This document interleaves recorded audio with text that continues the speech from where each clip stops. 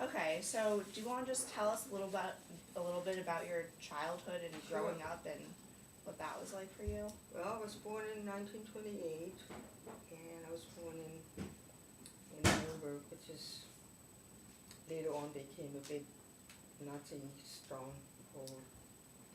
But it started, Hitler came to power in 1933, but there were undertones Mhm. before that, and so when I was 4 or so, my father, there were signs that Jews were not very welcome, so he started to go from town to town until he ended up in a big city called Leipzig, which is in East Germany. And that was when I was about 4 or 5. And then I went to a Hebrew kindergarten, so I think that's why I learned Hebrew there. So how did your family kind of feel that, Hitler was coming to power, like the Nazi party? Because you said you moved from town to town when you were Yeah, 4, but about there feeling were that. How notes did you? saying no Mhm. Jews get out, or there were signs of that anti-Semitism, Okay. but it wasn't that obvious yet. Yeah. Except my father felt, I guess, during that time that he had to leave. That would be and safer to. It was been moved someplace else, which nobody knew what was happening. It was um,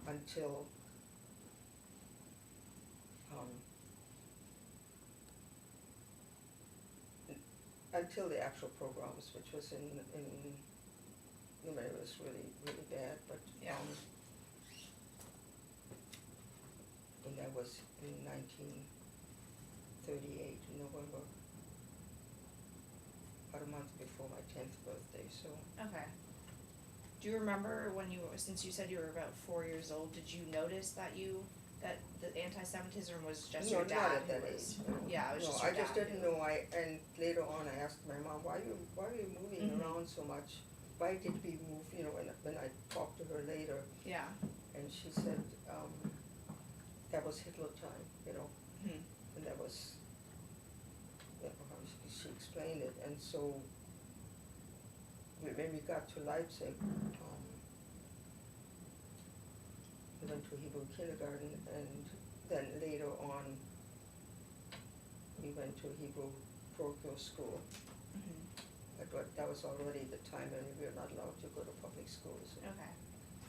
It became pretty obvious. And can you tell us a little bit about your family? Our family were Reformed Jews, and we went to synagogue, Reformed synagogue, when I was little. We celebrated the holidays, and I always knew I was Jewish. Then it became obvious. Yeah. And but so nothing traumatic happened until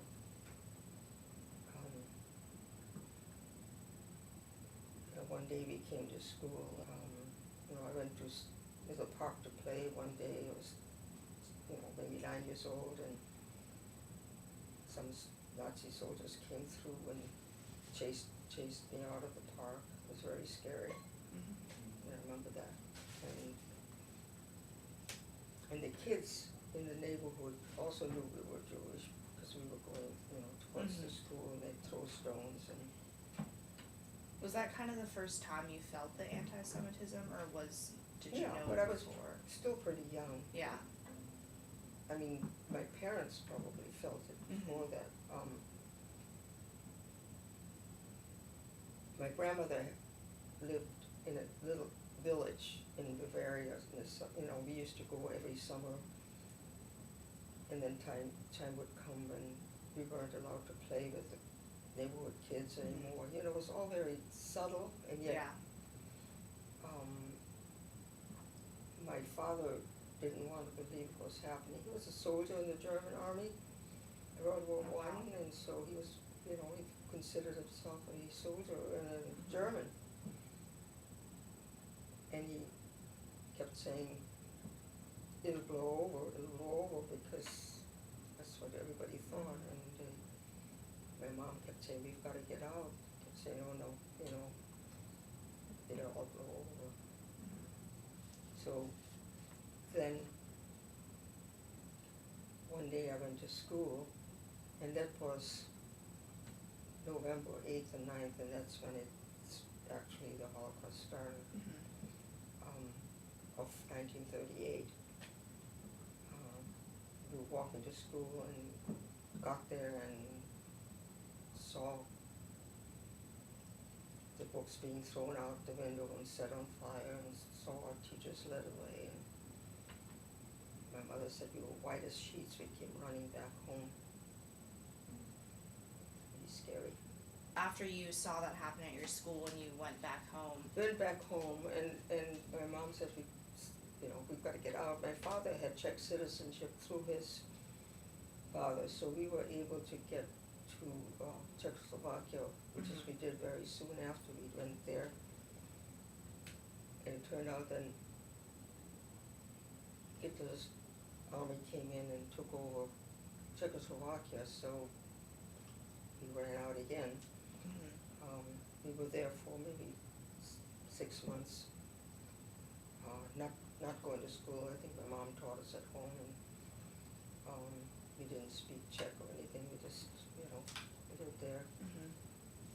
So then my father went back. My sister had just had a tonsillectomy, so we waited, and then we took a train back to Leipzig, a couple hours ride, and my mother was looking for my father, and she couldn't find him. And it turned out that he had a secretary who was not Jewish, who hid him in her home. And she, took a while to find out where he was. After that, it was months after that, he just got on a plane, went to England, and we waited a while. We were living in an apartment building. I wrote about it. I wrote my memoir, and there were, lines outside of how many Jews lived in each building. I think my mother must have been pretty scared, but Yeah. I as kids, we sort of, Shielded, this is yeah. happening, but it was scary, Yeah. We picked up her fear and everybody around us, because after that, in early 39, I guess March, we got on a plane and said we were gonna visit my father, so that they let us through, but they took us into a small room. My sister was a year and a half older than I was, so I was 10 and she was 11, and strip searched us and took my mother's wedding ring and everything, Well, when you come back, you can have all this back, but we knew we weren't coming, and they knew we weren't coming back. So you went to visit or To stay? England. Well, to we didn't go to England. visit. Yeah, you went to stay with your We father wanted in England. we wanted to get out of Yeah. Germany. I mean, it's pretty obvious. Mhm. By that time, my father's friend was taken to camp. So was it easy getting out and going to England, or? Well, we managed because my father's brother had left Germany quite a while before that and settled in the States, in Oklahoma, and was able to send us the papers to get out, which they had to do to guarantee that, we weren't gonna, but my grandmother stayed behind, but we later got her out. She was in her 90s by the time that Oh, wow. we got her out. But there were relatives. My father was one of 9 children, and 3 or 4 of them were never heard from again. I was a pretty scared kid anyway, and everything was pretty scary, Mhm. especially when they took us into a room and strip searched us because it took my sister and me away.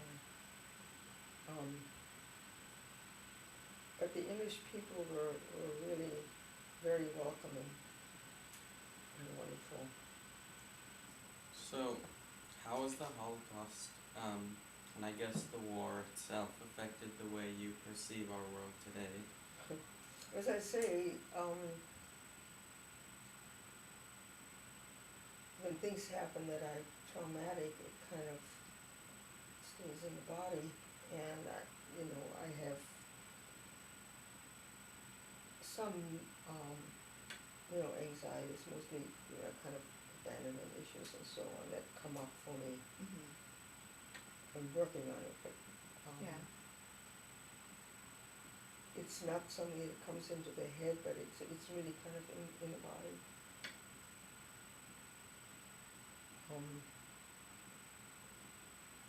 I had another trauma later on. I was married for 27 years to a Stanford professor, and a graduate student came in and murdered him in 1979, 78.